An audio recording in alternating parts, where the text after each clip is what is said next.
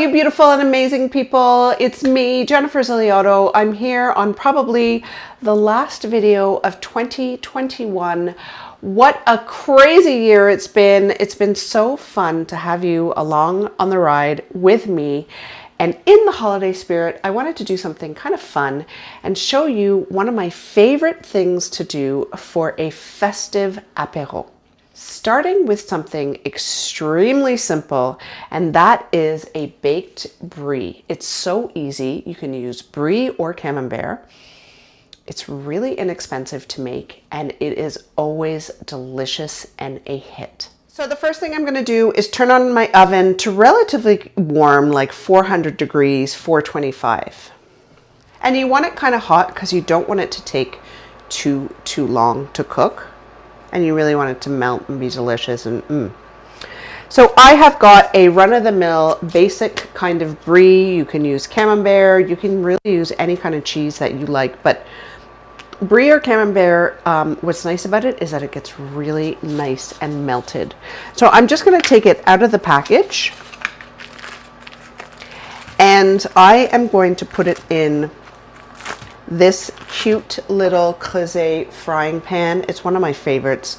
I don't really use it for much because of the shape, or the size rather, but I think it's perfect for this dish. You don't have to use something like this. You can totally use like an oven-proof dish, whatever you have handy. It's just more, I like the way this looks coming out of the oven. I think it's so cute.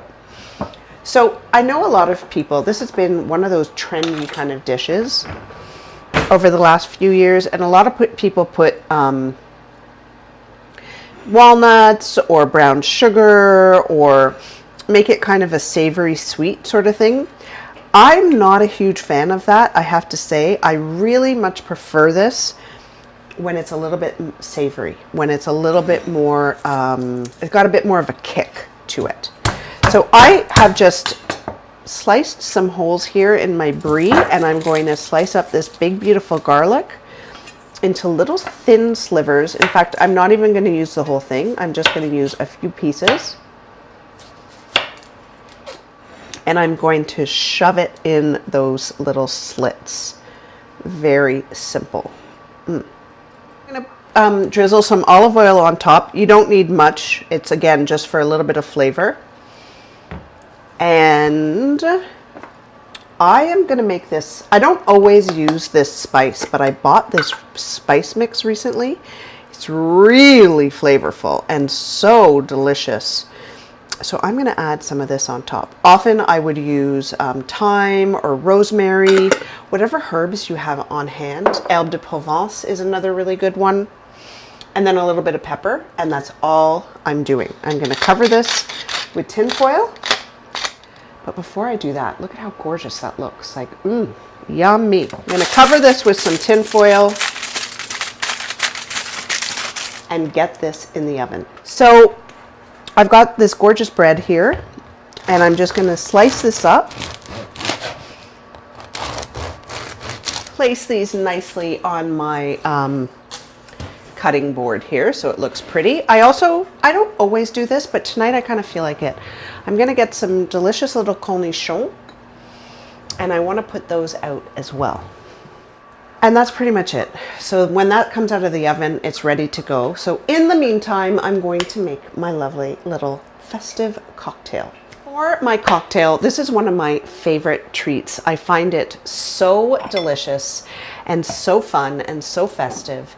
It is a kind of a cheaper version of a Kir Royale. Kir Royale is with a crème de cassis, black currant, one of my favorite flavors.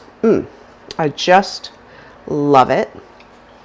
And then I'm using a kind of run-of-the-mill sparkling wine, not expensive.